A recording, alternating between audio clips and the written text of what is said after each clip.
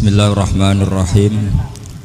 Tabarakalladzi nazzalal furqana ala 'abdihi liyakuna lil 'alamina nadhira.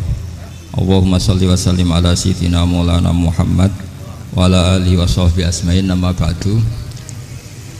Semua pengurus PBNU yang saya hormati, semua habaib, semua ulama yang saya hormati, wabil khusus Kiai Haji Abdul Manan, Ketua Lembaga Dakwah PBNU, yang meskipun mondoknya hanya 3 bulan ini sebetulnya problem, sehingga saya kesini ini sebetulnya tidak pernah merasa ibadah. Ini bukan dakwah, ini show dakwah.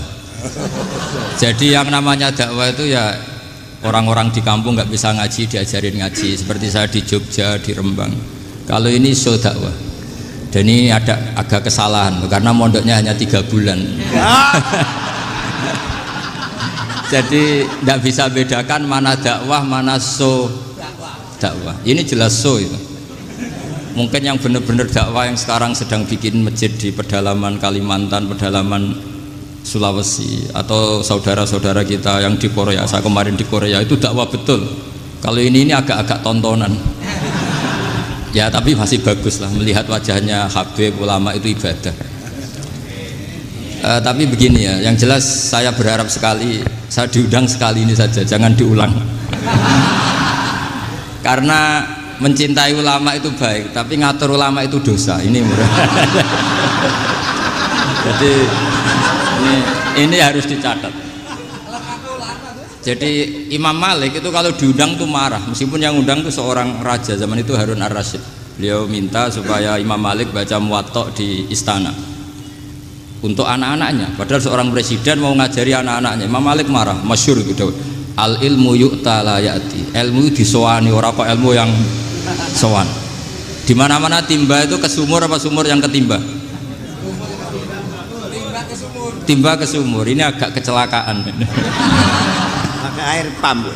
air pam katanya, sudah banyak air. Sehingga saya kata orang banyak itu di SK-kan PBNU, tapi itu tidak pernah saya pikir. Karena saya melakukan kebaikan itu sebelum dapat SK. Saya ngajar sebelum dapat SK, saya dakwah di mana-mana sebelum dapat apa? SK. SK saya langsung minallahi ta'ala, dari Allah Ta'ala. Jadi kalau PBNU niatnya ikror bahwa orang yang sudah manfaat diangkat, itu saya terima. Tapi kalau merasa ngangkat saya, tak lawan di pengadilan. Karena saya sudah jadi kiai sebelum diangkat PBNU. Ya ini saksikan ya para muhibin saya. Jadi kalau SK itu ikror, ngakui kalau Gus Bak manfaat, saya terima. Kan hanya ikror saja, Pak. Tapi kalau merasa ngangkat dari bawah ke atas, itu tak lawan sampai apa? Pengadilan, sampai di akhirat. Tersangkanya ya yang sedang jabat sekarang. Tapi saya yakin enggak, Kiai Miftahul Ahyar itu orang alim, karena alumni Sidogiri dan menantunya Syekh Duki. Di antara gurunya itu pernah mbah mertua saya, karena istri saya orang Sidogiri. Beliau juga besanan sama keluarga Lasem, saya ini Durriyah Lasem. Pak Said Akil juga orang alim, mbah-mbahnya juga orang alim. Baru kemarin nyocokkan nasab sama saya. Buyut-buyutnya beliau itu adik buyut saya, pernah cocokkan sama saya. Gus, saya sama saya tua mana? Tua saya, buyut kamu adik buyut saya, kata saya gitu. Tapi saya tetap hormat sama beliau karena ya pernah sepuh umurnya setidaknya. Jadi saya ulang lagi, ngaji seperti ini itu sebetulnya lebih ke show, pertunjukan. Supaya pertunjukan ini tidak dosa, saya isi ngaji betulan. Tapi jangan diulang. Karena biasa ngaji rutin. Saya di Jogja tafsir Jalalain sudah juz 23. Pernah khatam hikam. Sekarang Nashahul Ibad separuh. Saya ngaji di Sidogiri Itkon, di Sarang Balaghatul Quran, di Hajen Lubul Usul, tapi sarahnya yang Thariqatul Husul, sarahnya Mbah Sahal Mahfud. Jadi baru di sini ngaji bersaing sama orang yang mondok berapa? 3 bulan. Ini masalah, masalah. Nggak boleh mondok itu harus buat tulis zaman. Tapi ya tidak apa-apa, mungkin laduni ya. Jadi kalau mondok cepet itu kemungkinannya apa? Laduni. Begini, tapi saya tertarik apa yang dikatakan Kiai Haji Abdul Manan tadi menyangkut kalimat tauhid. Saya ngaji di mana-mana bilang, kalau ngaji itu yang tahqiq itu detail. Detail itu bahasa Arabnya tahqiq. Jadi kita misalnya berpikir secara jernih, orang yang kafir 70 tahun itu pasti menjadi muslim karena melafadzkan la ilaha illallah. Dan itu bi ijma'il ulama. Semua ulama mengatakan demikian. Saya ulang lagi, itu bi ijma'il ulama. Karena mansus di Quran ada ayat kulil ladzina kafaru iyantahu yughfar lahum ma qad salaf. Kalau orang yang kafir 70 tahun bisa dihilangkan kekafirannya hanya dengan kalimat la ilaha illallah Muhammadur Rasulullah. Berarti kalimat ini statusnya apa? Penghilang kekafiran, apa? Penghilang kekafiran. Lalu ada kelompok yang mengatakan gara-gara kalimat la ilaha illallah dan pegang patok nisan itu orang menjadi kafir. Ini kan jadi paradok. Lafadz yang kita statuskan sebagai penghilang kekafiran dengan lafadz yang sama orang menjadi kafir. Itu nggak ketemu nalar. Mbok nalar paling apapun tetap nggak ketemu. Kecuali tadi ya dalilnya pokoknya ngotot tadi. Itu memang kacau itu. Tapi alhamdulillah mereka insya Allah ya sadar. Kamu jangan bayangkan mereka tidak sadar terus, berarti kamu doanya jelek. Bisa saja mereka sudah ingin sadar, berhubung digojlok ini terus gak jadi sadar. Jadi jangan-jangan salah kita karena sering gojlok sehingga yang mau sadar jadi tidak apa? Tidak sadar. Saya tadi jam 10 sampai setengah 2 masih ngajar di pondok saya ngajar tafsir masih di Rembang sana saya. Terus saya ke Semarang Delalah Muyassar. Ya mungkin agak-agak keramat, jadi tetap jam 3:4 saya bisa ketemu Habib Umar Hafid. Saya beberapa menit ya diskusi tentang manhaj beliau, dan kebetulan saya sering belajar kitab beliau sama alumni-alumni Darul Mustafa. Meskipun saya tidak pernah ke sana, tapi saya tahu betul mazhab beliau karena al arwah junudun apa? Mujannada. Begini, saya sering dingetikani Mbah Mun, politik tidak jelas itu bagian dari kejelasan. Ini yang perlu dicatat. Jadi politik tidak jelas itu bagian dari apa? Kejelasan. Misalnya begini, siapa yang mengira Khalid bin Walid yang sangat musuhi Rasulullah, dia panglima orang kafir ketika ngalahkan Rasulullah di perang Uhud, akhirnya Khalid bin Walid masuk apa? Islam. Begitu juga Wahsy, qatilu ahabbin nasi ila Rasulillah, pembunuh Sayyid Hamzah, akhirnya juga masuk Islam. Begitu juga Abu Sufyan, dia pemimpin besar kafir Mekah ketika perang Badar, ketika perang Khandaq, akhirnya juga Islam dan menjadi mertua Rasulullah Shallallahu Alaihi Wasallam.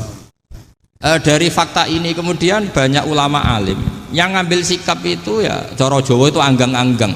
Anggang-anggang itu gak tegas, tapi gak tegas dari rumusan ilmu yang detail. Saya ulang lagi, gak tegas tapi dari rumusan ilmu yang apa? Detail. Bisa saja orang yang sekarang kafir suatu saat mukmin atau muslim. Bisa saja yang sekarang sedang fasik suatu saat soleh. Bisa saja yang mondok 3 bulan rois PBNU. Sementara yang mondok lama kadang KRT. Tapi itu hanya hukum duniawi. Saya yakin yang KRT ini PBNU di akhirat. Karena mondoknya lebih apa? Lama. Itu tak jamin. Saya juga berencana mimpin itu di akhirat saja, bukan di dunia. Makanya saya mohon SK itu berakhir muktamar mendatang. Karena saya sudah kiai sebelum diangkat. Makanya saya ulang-ulang, kalau pengangkatan itu niatnya ikrar, saya terima. Tapi kalau niatnya ngangkat, tak gugat di pengadilan. Ini tidak guyon, ini betulan itu. Ya, tapi ini hanya guyon saja. Nah, ini penting saya utarakan teori ngaji ya. Ini saya bacakan naskah asli Sayyid Umar Hafid supaya Anda dapat barokah beliau. Karena beliau selain alim allamah, muridnya Habib Salim, juga beliau pernah ngaji kutub Sayyid Abdul Qadir Segaf di Jeddah. Juga beliau sering istifadah di beberapa kiai. Ini saya baca teks Arabnya, kemudian saya terjemah. Bagi yang tidak setuju pemaknanya bisa gugat, karena saya baca Arabnya. Yang nggak setuju pemaknanya bisa gugat, tapi tak jamin kalah karena saya paham betul teksnya maknanya seperti itu. Logikanya tadi ya, ketika Rasulullah ngambil sikap tegas kepada qatilu Hamzah yaitu Wahsy, Dan ketika Rasulullah ngambil sikap tegas pada orang-orang yang mengalahkan beliau di perang Uhud, kaifa yuflihu qaumun fa'alu bi anbiya'ihim hakadha, bagaimana mereka jadi orang benar atau orang yang dapat kebahagiaan kalau mereka perlakuannya seperti Nabi seperti ini, yaitu Nabi sujjawajjuh masyhur wa kusirat ruba, yaitu Nabi itu wajahnya terluka, gigi serinya tanggal.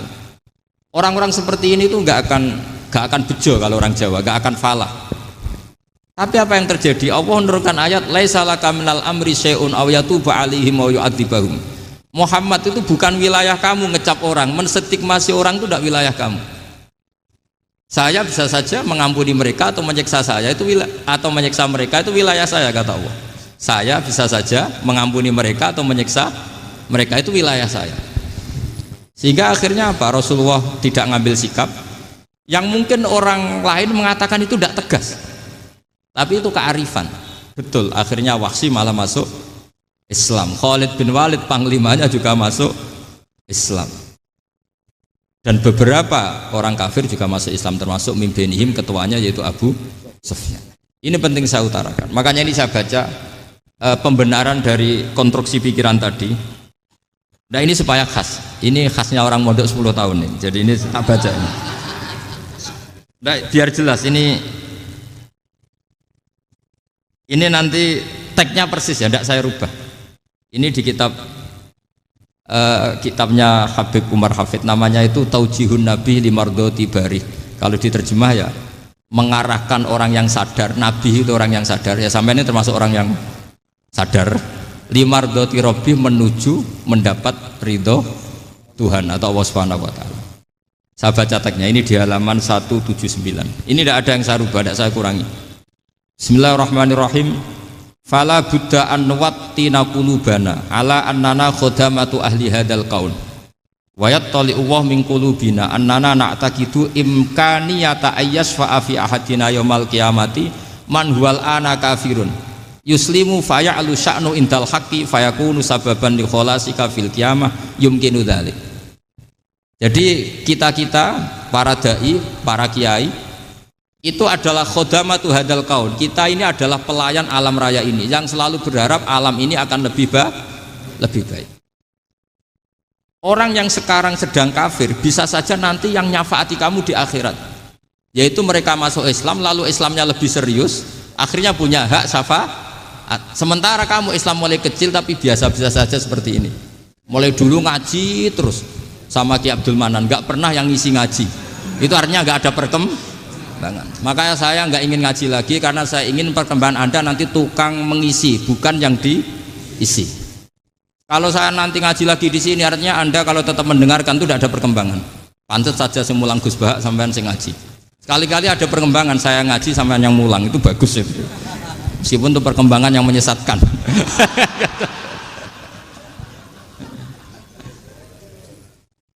Ini penting saya utarakan. Ini dawuhnya Said Umar ya.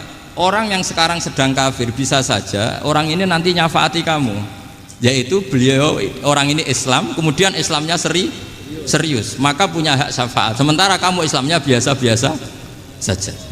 Itu masyhur kayak Sayyidina Umar. Sayyidina Umar Islam di hari itu langsung makomnya makom yang a'la, sehingga mengalahkan yang sudah Islam lebih lama. Karena Islamnya Umar itu menjadi izzatul Islam betul. Makanya jangan benci orang tegas teman-teman, kadang ya ada baiknya. Abu Bakar itu sudah Islam tapi layinal janib, orangnya santun. Kalau dipisoi orang yang menengahi lah, kira-kira seperti itu.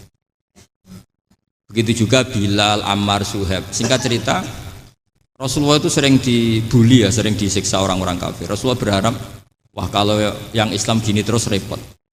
Melihat Umar ini petarung di pasar Uka, dia dapat uang itu kalau tarung, menangan. Kata Rasulullah, kalau ini yang Islam ya bagus. Beliau berdoa, Allahumma aizal Islam bi Umar. Itu kira-kira 2 hari dari doa beliau, Umar masuk Islam. Itu pertama masuk Islam itu orang-orang kafir diparani. Kalau kamu ganggu Rasulullah Muhammad tak bunuh. Semenjak itu orang kafir yang gentenan sembunyi. Sehingga kata para mereka yang Islam selalu jaya mut aslama Umar, ketika Umar masuk Islam. Itu dalam 1 hari Islam itu Rasulullah sudah ngendikan Umar yang Islam sehari ini imannya kalau ditimbang separuh ahli dunia masih unggul sama Islamnya Umar. Nah, bisa saja seperti itu. Jadi saya minta sama teman-teman yang mencintai ilmu, tidak tegas itu bagian dari ketegasan dalam ilmiah. Karena kita ini tidak mengendalikan dunia, tidak mengendalikan hidayat, hanya Allah piyambak yang ngasih apa? Hidayat. Maka sikap kita laisalaka minal amri syai'un aw yatuba alaihim aw yu'adzibahum. Rasulullah yang ahabbul khalqi ilallah saja tidak boleh tegas karena semuanya potensi itu ada. Cuma kita tegas dalam kebenaran saja, tapi nggak perlu tegas dalam mengawal kebenaran. Kenapa demikian? Karena Islam ini agama yang akan dijaga Allah ila yaumil. Yang jaga Islam bukan PBNU, bukan PP Muhammadiyah, bukan kiai. Yang menjaga Islam namun Allah Subhanahu wa taala. Makanya Sayyidina Umar itu kalau disuruh mikir Islam itu nggak mau betul. Masyhur itu dalam tarikh-tarikh. Umar mimpin itu sukses, banyak futuhat. Singkat cerita akhirnya orang tuh kelangenan, wah kalau Umar meninggal kayak apa? Sehingga Abdullah bin Umar setiap jalan-jalan tuh dibully. Kalau sekarang dibully, ya Abdullah bin Umar, bapak kamu itu gimana? Sudah sepuh mau meninggal kok tidak suksesi. Kalau saja ada orang penggembala kemudian meninggalkan kambingnya di hutan, kamu anggap orang yang mudoyik enggak, menyanyiakan kambing itu enggak? Ya iya, kata Abdullah bin Umar. Apalagi amru hadil umat ini mau ditinggal gelanggang, nanti suatu saat Umar meninggal. Mbok yo suksesi supaya jelas. Logika itu diaturkan ke Umar radhiyallahu anhu, ke Sayyidina Umar. Pertama Umar agak tertarik dengan logika itu. Lama-lama beliau marah. Tidak jadi. Saya tetap tidak akan istikhlaf, tidak akan suksesi. Dan saya tidak akan mikir Islam katanya. Islam akan diurus oleh Allah Subhanahu. Terus beliau ngendikan, Islam ini jalan ketika ditinggal Abu Bakar. Bahkan ketika ditinggal ahabbul khalqi illallah akramul khalqi indallah, yaitu Rasulullah Muhammad sallallahu alaihi wasallam. Coba Islam dulu dipimpin Syekh Abdul Qadir ketua wali, dipimpin wali songo, dipimpin orang top-top. Sekarang dipimpin mondok 3 bulan jalan. Karena Islam yang ngatur Allah Subhanahu wa taala. Jadi ini penting. Loh coba ustadz tuh banyak yang nggak bisa ngaji loh. Tapi ya laku ya nggak masalah. Loh saya kemarin di Korea seminggu. Itu TKI jadi khotib, ada yang jadi mufti, ada yang jadi suriah. Itu ada yang di sana jadi suriah, pulang ke kampung angon kambing lagi. Loh itu teman saya kenal. Suriah Korea. Iya suriah Korea tapi. Artinya gini, bahkan masjid semua yang di Korea itu didirikan oleh TKI dan TKW. Mereka digerakkan Allah untuk mikir agama, karena agama ini milik Allah. TKI saja mikir. Makanya ini penting, yo dakwah tapi tauhidnya sing kenceng, jangan dakwah kenceng tauhidnya kendor. Itu bahaya betul. Saya ulang lagi ya, ini dawuh Habib Umar. Jadi kata beliau, fala budda an wattina qulubana. Kita harus yakin seyakin-yakinnya bahwa semua kemungkinan itu mungkin. Makanya masyhur dalam tarikh ketika kafir Quraisy mau disiksa oleh para malaikat karena mereka sering menyakiti Nabi, kata Nabi gimana? Jangan. Saya berharap kalau bapaknya tidak mukmin, suatu saat anaknya mukmin. Masyhur dalam tarikh. Musuh Nabi besar siapa? Walid bin Mughirah. Punya anak Khalid bin Walid. Abu Lahab punya anak Darrah, itu mukminah yang baik. Abu Jahal punya anak Ikrimah, itu mukmin yang baik. Di Indonesia lebih hebat lagi. Bapaknya ra iso maca Quran, anaknya hafid. Bapaknya utun ratamat SD, anaknya jadi dekan. Di Indonesia banyak orang nggak siapa-siapa, anaknya jadi presiden, anaknya jadi menteri. Artinya jangan karena bapaknya kafir kamu nganggap anak turunnya pasti selalu kafir. Teori itu sudah salah zaman Rasulullah. Yaitu Walid akhirnya punya anak Khalid, Abu Lahab punya anak Darrah. Terus siapa? Abu Jahal punya anak siapa? Ini penting saya utarakan karena dakwah kalau terlalu semangat nanti kalau menghilangkan tauhid bahaya. Tetap innal huda. Uni Soviet kayak apa? Mengkooptasi negara-negara sekelilingnya sampai jadi Zuni. Tapi apa yang terjadi? Uni Soviet yang runtuh, persemakmurannya semua rata-rata jadi negara apa? Islam, kayak Uzbek, kayak Ceknya, kayak apa-apa. Karena agama ini diurus Allah. Sehingga kalau tapi kamu ngitmai agama nggak apa-apa. Makanya istilahnya Habib Umar khodamah itu pelayan, nggak apa-apa. Kita ngitmai agama itu nggak apa-apa. Dengan ngitmai terus mikir nggak apa-apa. Tapi jangan mikir yang merasa kalau kita mati, wah nanti agama ini kukut karena saya mati. Kamu itu siapa? Agama Islam ini tidak pernah dipasrahkan kamu. Diurus oleh Allah Subhanahu wa taala sendiri. Sehingga ketika Wali Songo meninggal, agama ini tambah kuat sampai sekarang. Kecil saya itu kalau pengajian susahnya bukan main, harus izin sana sini. Sekarang setiap pengajian polseknya datang, polresnya datang, nggak ada intel, nggak ada apa. Padahal kiai dulu sama kiai sekarang itu kira-kira alim mana? Alim kiai dulu. Mbah Hasyim Asy'ari itu ngarang kitab sampai dibaca di Yaman. Saya sering baca juga kitab beliau, Risalatu Ahli Sunnah wal Jamaah. Kiai sekarang mau terjemah aja kadang salah memahami. Tapi ya Islam tetap jalan karena Islam ini dikawal, dijaga oleh Allah Subhanahu wa taala. Maka kalau dalam cerita tarikh sirahnya Ibnu Ishaq itu, tauhid itu penting. Beliau cerita begini, Sayyid Abdullah itu namanya Abdullah bin Abdul Muthalib. Kita tahu kenangannya Rasulullah terbanyak itu bukan dengan Sayyid Abdullah tapi dengan Sayyid Abdul Muthalib, dengan mbahnya. Karena Nabi itu mulai kecil dirawat oleh siapa? Mbahnya. Yaitu yang disebut Nabi ketika 2 bulan kan abahnya sudah meninggal. Ya saya baca ya, pakai bahasa Arab biar jadi bid'ah. Nanti kalau bahasa Indonesia ada bid'ah. Tidak betul. Diba atau berjanji sebenarnya itu kitab sejarah, berhubung dibaca bahasa Arab terus kayak mantra. Terus yang belakang mau nyenggai soleh aleh, sehingga kubu sebelah bilang tuh khurafat dan bid'ah. Coba diterjemah ini, coba nanti saya baca bahasa Arab. Walamma tamma min hamli syahroni ala masyuril aqwalil marwiyatu fiya bil madinati abuhu abdullah wa kana qad istaza bi akhwalihi bani adi minat taifatin najariyah wa makatha syahron saqiman yu'anu nasukmahu wasakwa. Terus di pojok sana bilang soleh aleh. Pasti kubu sebelah yang liwat, wah itu khurafat bid'ah karena dianggap mantra. Padahal artinya coba sampean baca bahasa Indonesia. Ketika hamil Rasulullah umur 2 bulan, abahnya meninggal di kota Abwa. Kota Abwa adalah kota keluarga besar ibunya Sayyid Abdullah. Kebetulan pas ke sana beliau sakit sampai 1 bulan dirawat. Bid'ahnya di mana kalau diterjemah? Wong itu kitab tarikh. Makanya saya nggak tahu yang membidah-bidahkan tiba itu karena tadi. Tapi sampean juga ikut salah karena nyenggai sholawatan tok itu.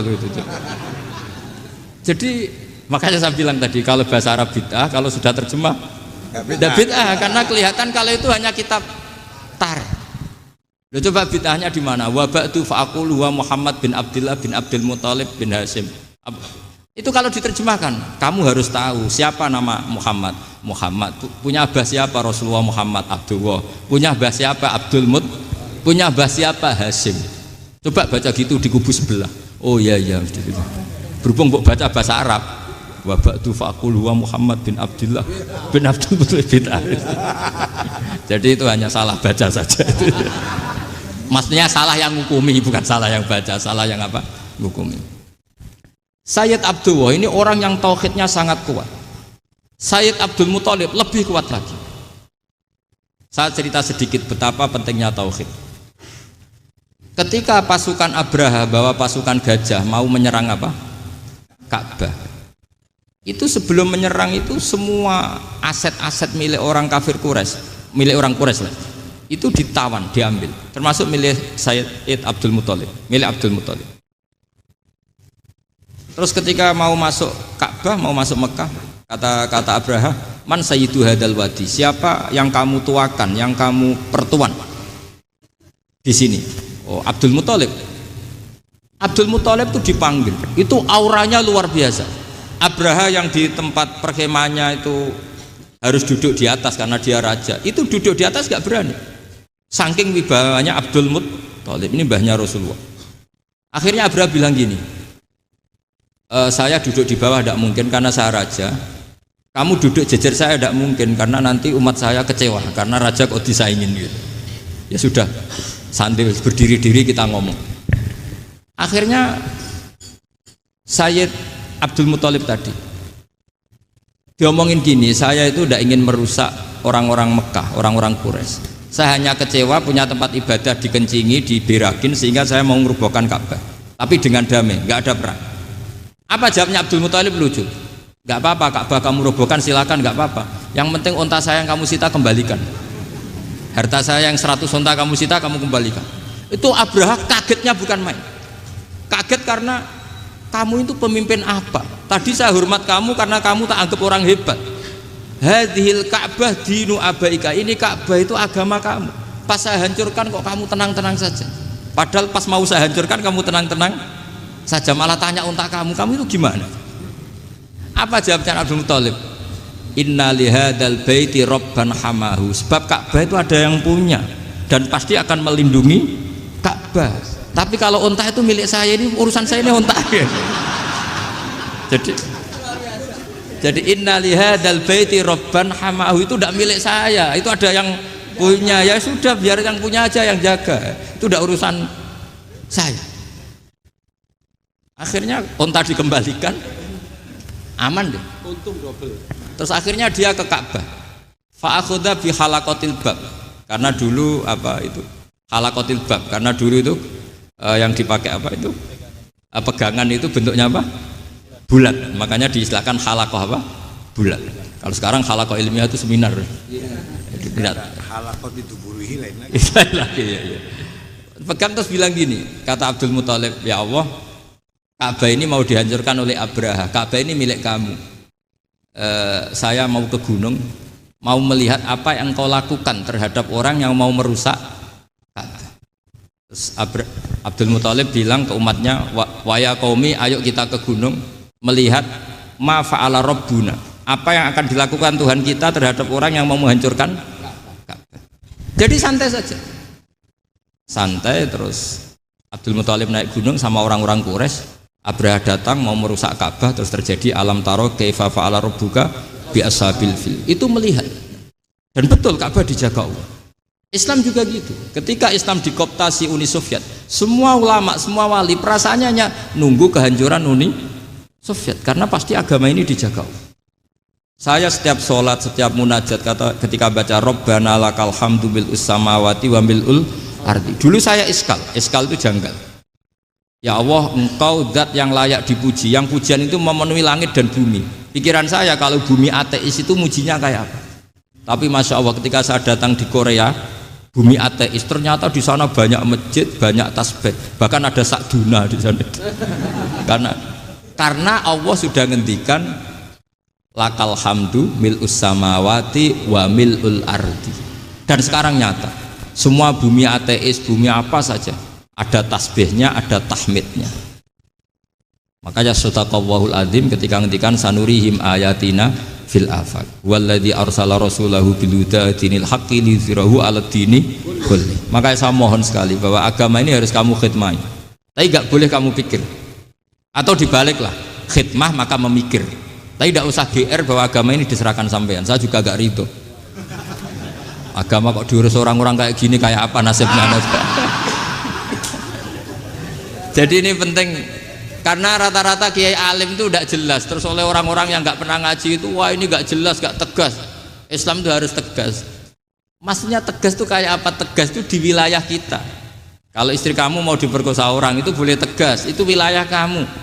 Tapi kalau hidayat itu wilayahnya Allah Subhanahu wa Ta'ala, kita tidak pernah tahu. Bahkan yang sudah Islam saja, nyuwun sewu, itu nggak ada jaminan mati husnul.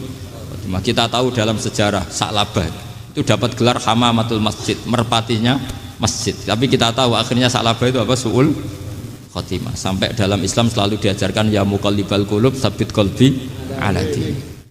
Jadi kalau kita sendiri saja masih ingin selalu husnul khotimah, agak ada ruang untuk mudah menvonis orang lain. Makanya saya salut sekali ketika Habib Umar menulis kita semua ini mengkhidmati hadal kaun, dan selalu berharap bisa saja suatu saat orang yang sedang kafir bisa saja suatu saat muslim. Nah soal kalau yang sama yang harbi menyerang kita ya kita ya tarung. Kalau artinya kalau yang merangi kita ya kita wajib perang, kalau enggak ya habis kita. Seperti kita lakukan ketika diserang Belanda. Tapi ketika mereka musta'man, dhimmi, mu'ahad, orang-orang kafir yang mau berdamai dengan kita ya kita damai. sebagaimana yang dilakukan Rasulullah SAW ketika berdamai dengan kafir Quraisy yang dipimpin Suhail bin Amr. Masyhur itu dalam tarikh. Singkat cerita kan Sayyidina Ali ini pernah konflik sama orang Khawarij. Kata Sayyidina Ali, ya sudah lah, namanya kita musuhan, kita tidak usah ketemu, pakai mediator, kata Sayyidina Ali. Kata orang Khawarij, ini apa-apaan kok butuh mediator, nggak ada Qur'annya, ada hadisnya. Kira-kira kalau Sayyidina Ali orang Jawa, nggak ada apa tidak tahu. Walhasil Sayyidina Ali akhirnya baca ayat, wa in khiftum shiqaqa bainihima fab'atsu hakaman min ahli wa hakaman min ahliya. Jika suami istri tengah konflik, maka yang keluarga suami kirim mediator, yang keluarga perempuan juga kirim. Terus kata Sayyidina Ali, wa amru ummati Muhammad a'dhamu min amri rajulin wa imra'atin. Kalau suami istri saja ketika konflik butuh mediator, apalagi ini kelompok besar pasti lebih butuh mediator. Akhirnya lalu mediatornya siapa? Kata Sayyidina Ali, ya siapa saja yang penting baik. Ditunjuk seseorang, diprotes sama orang Khawarij, ini orang nggak kredibel. Oh, ini. Terus Sayyidina Ali marah-marah. Rasulullah itu pernah berdamai dengan orang, bahkan orang itu kafir, yaitu Sulhul Hudaybiyah. Nabi itu berdamai dengan orang yang bernama Suhail bin Amr, ketika itu kafir. Makanya ini menunjukkan bahwa musolahah ma'al kufar itu boleh demi kelangsungan bernegara, berbangsa. Kamu tidak usah meragukan reputasi NU. Ketika dulu kafirnya kafir harbi zaman Belanda, ya Mbah Hasim fatwa apa? Jihad. Jadi jangan kira tidak tegas, kita tegas sekali, justru kita yang punya masa lalu tegas. Tapi kepada siapa dan dalam konteks apa? Paham ya? Terus ini penting sekali untuk dijernihkan. Ini saya baca berikutnya nanti, tidak supaya tahqiq saya syukur sekali, saya tadi sekaligus minta ijazah sama Habib Umar, dan memang saya ngaji ini lama sama teman-teman alumni Yaman, cuma belum pernah ketemu mu'alifnya. Tadi saya ketemu minta ijazah itu dan beliau senang sekali, bahkan sempat bikin tulisan di kitab saya ini. Sama tidak perlu baca, karena kalau bisa ya biasa, kalau tidak bisa malu ya sudah, tidak usah baca sudah. Terus ini kata beliau, ini masih saya teruskan. Nahnu min hadhil intilaqah naktasibu thabatana wa quwwata yaqinina wa illa fa fil ardi mu'aridun wa muntaqidun wa mukhalifun min akhyarin wa asyrarin sholihin wa fasikin muslimin wa kuffar. Kalau kamu punya satu metode ilmiah, metode dakwah, kamu harus siap, karena pasti ada yang menentang. Yang menentang itu ya mulai orang soleh, tidak soleh, orang macam-macam. Jadi kalau sudah punya manhaj, memang dari awal harus siap apa? Ditentang. Jadi misalnya PBNU punya kebijakan apa, ya sudah siap saja dibully. Itu pasti itu, karena nggak ada manusia semua suka, semua benci. Kata beliau, anta in kunta fi syakkin min hadzal maslak wal manhaj fattabi man syi'ta wasaha angka ghaniyah wa in kunta ala yaqinin annahu al huda wa mirasun nubuwah wa annahu haqiqatu tarjamatil ahdi ma'rab fala tata'athar min kalami ahadin yakunu mangkana. Jadi intinya kita mengawal Islam secara rahmatanil alamin itu justru kita berharap menjadi simpatik dan menjadikan mereka menjadi Islam. Jangan ketika simpatik dianggap gak tegas. Saya masih ingat betul dawuh Mbah Mun, hak sekseni, kata beliau, saya masih ingat kalimatnya, sekseni aku ra tegas itu berdasar ayat laisa laka minal amri syai'un aw yatuba alaihim aw yu'adzibahum, karena potensi sosial itu bisa rubah. Orang yang sekarang kawan kamu bisa saja suatu saat jadi musuh, yang sekarang musuh kamu bisa saja suatu saat jadi kawan. Terus kamu ngambil sikap tegas dalam sesuatu yang nggak stabil seperti ini, lalu tegas itu kan nggak pada tempatnya. Makanya yang seperti ini kata Allah pakai asa itu menawa-menawa. Asa wahu ayyaj'ala bainakum wa bainal ladzina ataitum minhum mawaddah. Bisa saja orang yang sekarang musuhan dengan kamu suatu saat dijadikan mawaddah. Kamu udah mawaddah itu saling mengasihi. Kamu udah usah tanya, wallahu qadir, kata Allah, karena Allah mampu. Jadi dalam hukum-hukum sosial Allah seringnya bilang apa? Asa. Misalnya wa asa an takrahu syai'an wa huwa khairul lakum wa asa an tuhibbu Ya Allah wa syarrul lakum. Karena masalah sosial ini semuanya asa, yang pernah tahu siapa? Bisa saja sekarang saya Rois Suriah, nanti SK-nya nggak turun lagi, tapi saya tidak apa-apa. Bisa saja nanti santri 10 tahun dipimpin 3 bulan, nggak apa-apa. Bolak-balik nggak apa-apa. Saya tidak akan kecewa. Karena masya Allahu kana wa malam yasa lam yakun. Assalamualaikum warahmatullahi wabarakatuh.